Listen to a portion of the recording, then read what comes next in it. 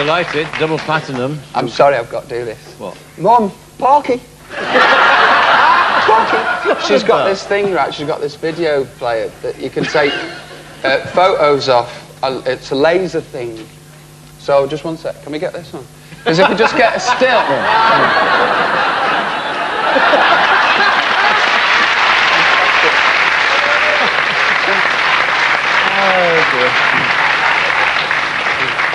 She's not that old, your mum, is she?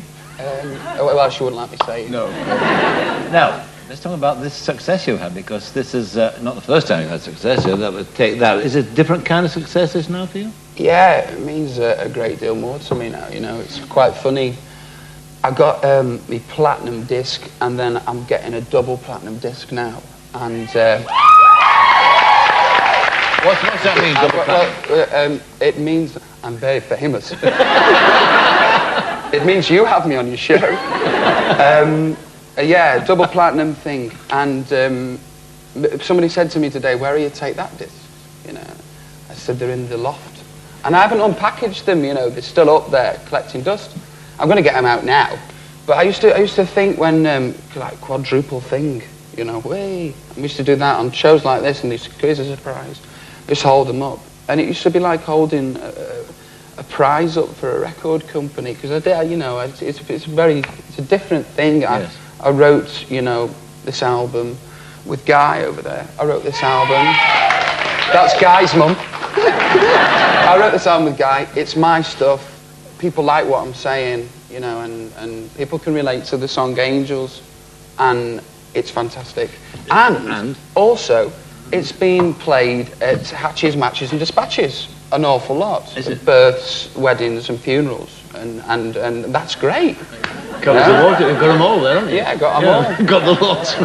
Yeah. But I mean, was there a time after, in that period between you leaving Take That and starting your solo career, was there a point of despair where you thought, I'm never going to get this together again?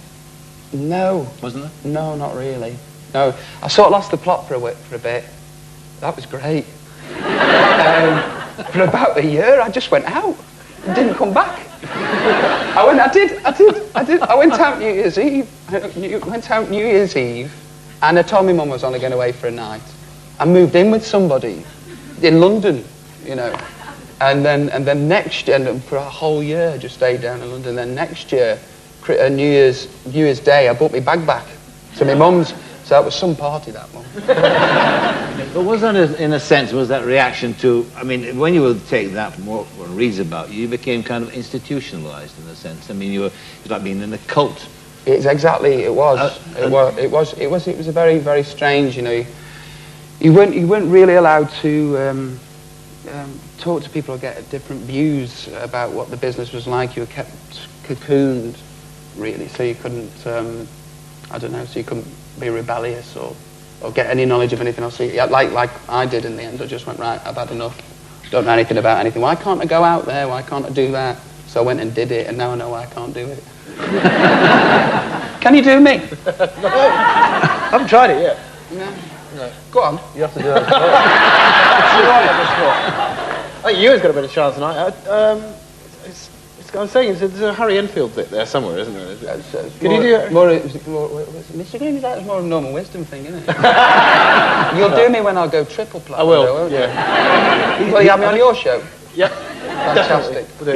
He's actually quite a good medic, because he was doing this afternoon. I was saying to him that he's had an extraordinary week because of the Brit Awards, the Britpop Awards. You sang with Tom Jones.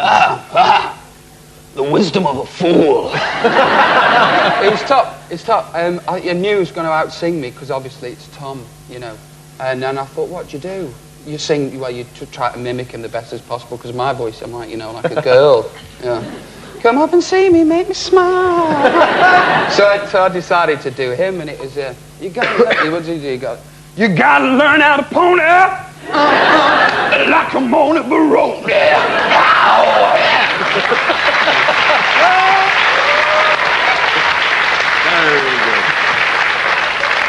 Now he's lasted, old Tom, and he's fantastic. Yeah. You know, it's like working with an old pro, working with Tom. Yeah. It's very good the way you've kept just a slight hint of a smile there.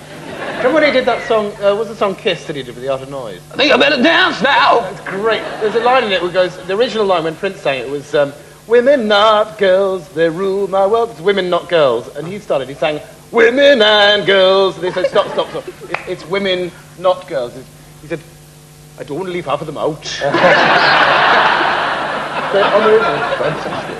True. Have you had, actually, talking about movies there with you, have you ever had a chance of a film career? It's funny I was mentioning this story to you. Is this true? Am I making this up? Can you remember that story I told you? Was it a woman? I better tell you. I can't remember the story. I knew it. Sorry. Tell your mum. I was I was in a bar with my friend Max Beasley, and I've been out all day, and I'd had a few jars, and this really posh lady came up to me, and she said, "Excuse me, which one of you is Robbie Williams?" And I've been out all day. I'd had it all day, and I said, "Oh, it's him." And so she said, "We're doing this film about some Scottish drug. I'm doing one of your impressions now. We're doing this film about some Scottish drug takers, and we would be interested in casting you for a part." Like that. Oh, I said, "I'm Robbie Williams. I'm sorry. Fancy that." And she said, "Why are you effing me about?"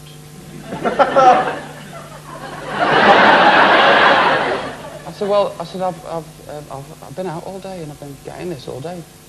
Why would you be getting this all day? And I said, well, because I'm famous and that's what happens. She says to me, she said, we don't want anybody that's touched on this movie. So I said, I'm one of the nicest, down-to-earth people you'll ever meet. And I said, if you want me in this film, I'll talk to the organ grinder, not the monkey. Oh. And what was the and what was the part? It was one. No, I don't think it was his. I think it was another one. But I should imagine it wasn't mine. No. Sorry, love. No.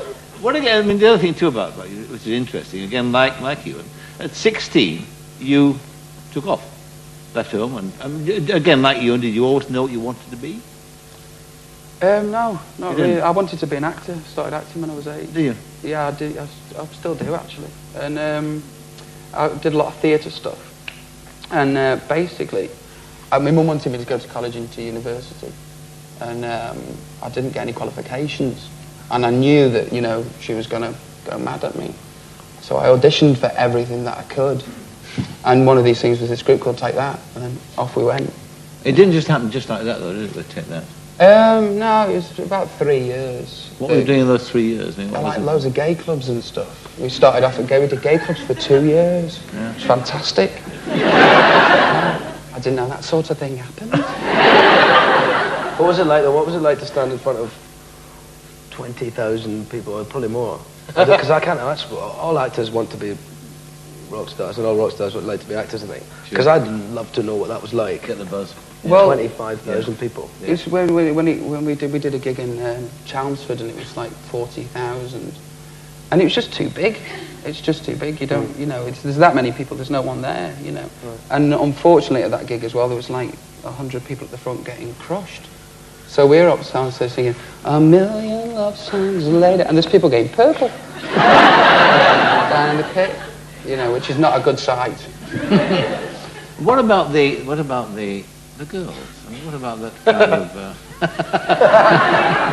What about that kind of veneration? Is that damp veneration? Puddles of damp. I mean, what's it like to stand there and have all those girls sort of lusting after you?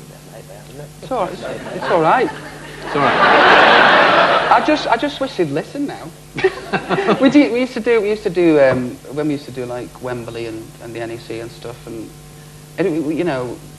we used to be singing all. You couldn't hear anybody. You couldn't hear us actually sing, and it was great. Sang off key all the time, and nobody knew. Yeah. Well, I think nobody knew. Did anybody find out? Could get away with anything really, because it was just they couldn't hear us. Yes. And what about that thing that you talked about, though, the manipulation? I mean, how much were you controlled? How much were you not your own person? What was the worst aspect of that? Actually, I was happy enough going along with it for a time being, because it was very easy. You just turned up and like a robot and just went and did the thing, and it was really easy. But eventually you want to do something for yourself, you know. And I was very young when I got in. I was 15, and I really didn't know what I was getting myself into, as you do. You don't when you're 15, do you? But yeah, just had to leave and to do something for myself, which I'm doing now. And I'm loving it, loving every minute of it. And in that intervening time that you kind of talked about there and joked about, but I mean, was it serious? I mean, did you get heavily into drugs and things like that, or was it just a sort of a 12-month rebellion, basically, get out of your system? Get it in my system. Well, right. I mean, was there a moment, in fact, where you had to sort of turn around and say, look, you know, I'm in trouble, I need help? Yeah, that's when I went off to rehab. Yeah. Basically, I didn't know how to stop drinking. I know it sounds really weird, but I just didn't know how to stop drinking for a time, and I couldn't do my work, you know. And I wanted to be here now, talking to you, singing Angels, having it go double platinum, and it wasn't going to happen if I looked the way I did, and you know, talked the way I did, and presented myself in the fashion that I did. So I had to go away and get help, you know. And fortunately, I did, and you know, here I am. And you had therapy? Yeah, lots of therapy. Would you like to talk now? No. Tell me about your childhood. Can you remember? Well done. Rory's had therapy, haven't you, Rory? Yeah, bits and pieces. I think it's the last 2 or 3 years. And it's funny because sometimes they analyse everything. Like you come in the door a different way and they go, why did you open the door that way? And you're like, I was just in a hurry. No, but there's a reason for you being in a hurry. Yeah. So, look, can we just have a conversation? But the greatest thing that a guy ever said to me, he said, basically, I said, well, I am a bit of a chameleon. He said, well, you shouldn't be sitting on a patchwork quilt. And that was really, it's absolutely trying to do everything at the same time. There's that joke about how many psychiatrists does it take to change a light bulb? How many? 1. The light bulb's got to want to change. Very profound. I'm annoyed you touched his knee. I always wanted to do that. Go touch your knee. Can I just... No, but the funny thing was... No, that was...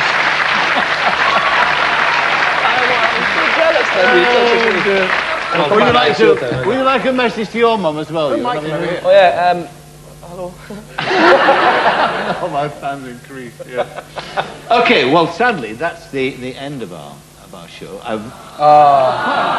You know, in all the years I've done a show, it's the first time when I said, this is the end of the show, they've gone, oh. Normally say, thank God for that. We're going to go on forever. We're not going to let them go, though. No. We're going to carry on for a few hours. Well, I don't want to let you guys. You've actually been very, very splendid guests. I've really enjoyed talking to all of you tonight. And Thank you. Robbie Williams, thank you very much indeed. Cheers. Robbie Williams.